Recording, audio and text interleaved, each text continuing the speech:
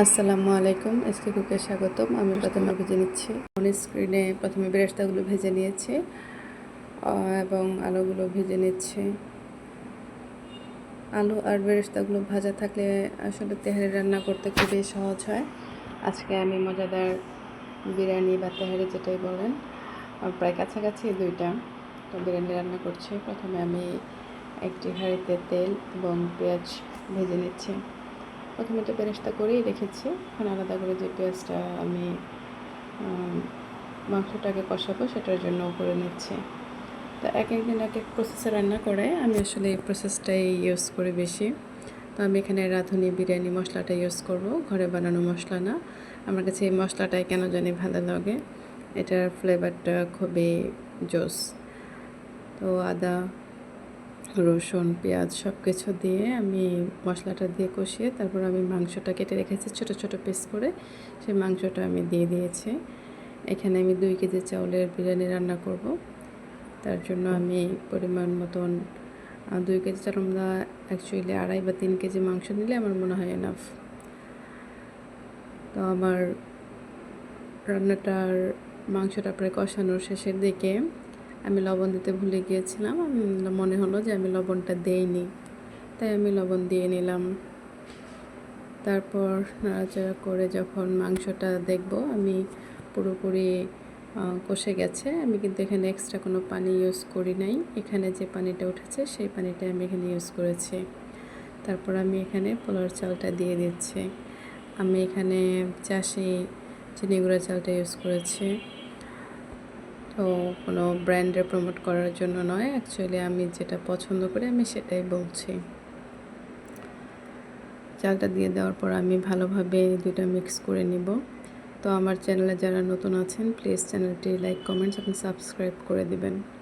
এই পর্যায়ে আমি পরিমাণ মতন পানি দিয়ে দিচ্ছি, কুসুম গরম পানি দিয়েছি এবং 1 কাপ দুধ দিয়ে দিলাম লিকুইড।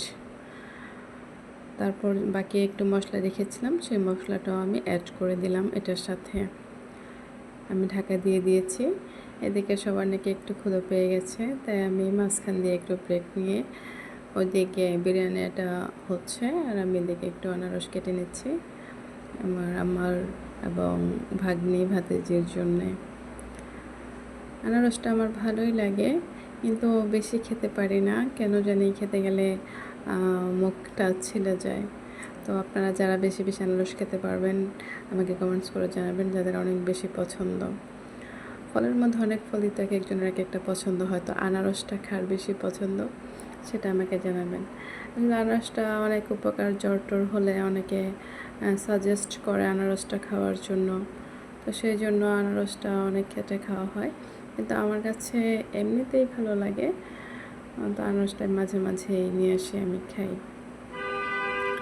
আনারস কাটতে কাটতে ওইদিকে আমার রান্নাটা কিন্তু অনেকটাই হয়ে যাচ্ছে। রান্নার ফাঁকে ফাঁকে টুকিটাকি কাজ না করলে পরবর্তীতে কিন্তু সেই কাজগুলো থেকে যায়, সেই কাজগুলো আর করা হয়ে ওঠে না। এই যে আমার আনারস কাটা কমপ্লিট। ওইদিকে দেখুন পানিটাও প্রায় শুকিয়ে গেছে, বিরিয়ানিটা প্রায় ফুটেই গেছে। তো আমি আবার একটু নাড়াচাড়া দিয়ে এখন আমি যে ভেজে রাখা আলুগুলো এবং বেরেস্তাগুলো এটার মধ্যে দিয়ে দিব কিছু কিশমিশ।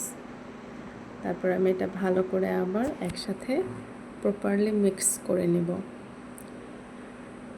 রান্নাটা আসলে একটা আর্ট, এক একজন এক এক প্রসেসে রান্না করে, বাট কোন প্রসেসে রান্নাটা মজা হয় সেটা হচ্ছে দেখার বিষয়। তো আমি এখন দমে দিয়ে দিব, এই জন্য আরও কিছু বেরেস্তা আমি রেখেছিলাম সেটা উপর দিয়ে ছিটিয়ে দিলাম। দমে দিয়ে আমার এটা হয়ে যাবে। আমি এটার মধ্যে একটু ঘিও অ্যাড করে দিয়েছি অফ স্ক্রিনে। তো আমার রান্নাটা প্রায় কমপ্লিট, দমে দিয়ে দিলাম। এদিকে একটু পায়েস রান্না করব। আমি 2 মুঠ চাল উঠিয়ে রেখেছিলাম, সেই চালটা এখন আমি একটু ব্লেন্ড করে তারপর 1 কেজি দুধের মধ্যে আমি এটা দিয়ে দিলাম আমি গরম মশলা। তারপর আমি এটার মধ্যে অ্যাড করব চিনি।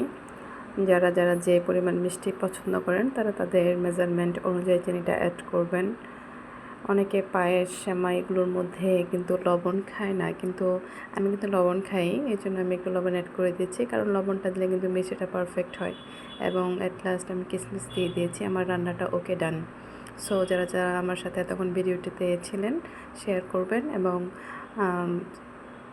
সাবস্ক্রাইব করে দেবেন। সবাইকে অসংখ্য ধন্যবাদ জানিয়ে শেষ করছি। আল্লাহ হাফিজ।